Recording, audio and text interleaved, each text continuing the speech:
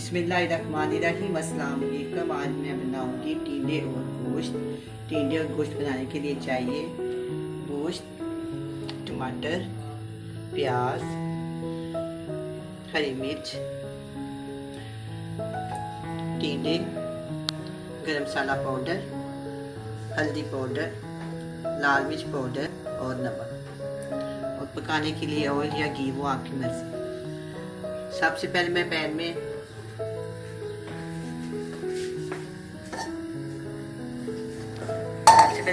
गोश्त डालूंगी। ये मैंने फ्रीज किया हुआ गोश्त है। सबसे पहले मैंने इसमें गोश्त डाला है, आधा किलो गोश्त है।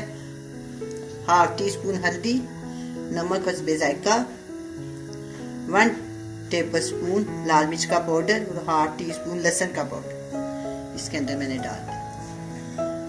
ये बड़े साइज का टमाटर है, ये कहते हैं ये भी इसके अंदर जाएगा।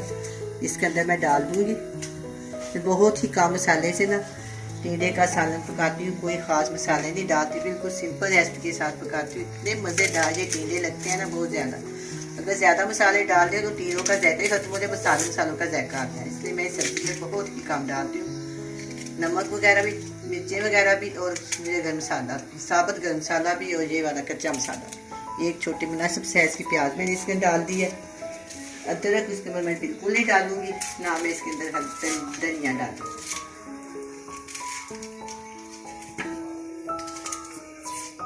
ये मैंने इसके अंदर डाल दिया। अब इसके अंदर डालेंगे 1 गिलास पानी। अब मैं इसको ना चूल्हे के नीचे आग जला दी है और मैं इसको ढक देती हूँ। इसको 30 से 35 मिनट ये लेगा, फिर इसके बाद हम इसको चेक करेंगे।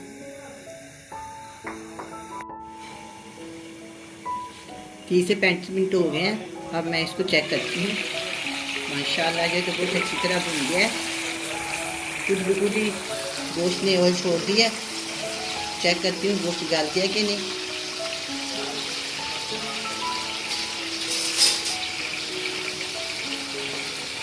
गोश्त भी गल गया। अब हम इसमें टिंडे डाल के भून देते हैं। आधा किलो टिंडे हैं और आधा किलो मेरे पास गोश्त है। इसके अंदर मैंने 1 टीस्पून नमक डाला है और 1 टीस्पून हल्दी डाली है। अब टिंडे और ना गोश्त अच्छे से भून गया है। आप देखिए सारा इसका घी बाहर आ गया। अब मैं इसमें 2 गिलास पानी डाल के 15 से 20 मिनट के लिए इसको दम देती हूँ। जब ये टिंडे गल जाएंगे फिर हम इसको डिश आउट करेंगे।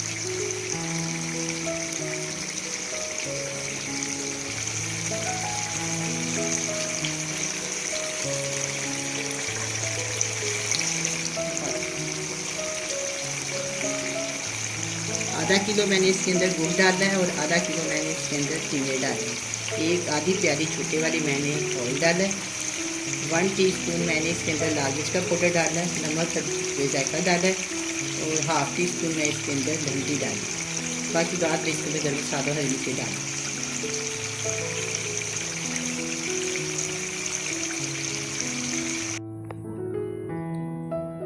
अब 30 से 35 मिनट हो गए हैं। अब मैं इसको चेक करती हूँ।